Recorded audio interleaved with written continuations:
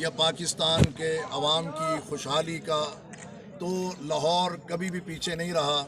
زندہ دلان لاہور نے ہمیشہ دامے پینے سکھنے اس حوالے سے اپنا روشن کردار ادا کیا ہے۔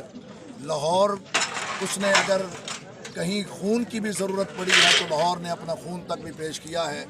تو آج الحمدللہ برادر مکرم حبیب الرحمان چیمہ صاحب کی قیادت میں لاہور سے الحمدللہ میڈیکل کی ٹیم بھی آئی ہے، خدمت خلق کے حوالے سے افراد بھی آئے ہیں، میڈیسن بھی پہنچی ہیں اور راشن بھی پہنچا ہے، اور یہاں پر کھانا بھی تیار کروایا جا رہا ہے۔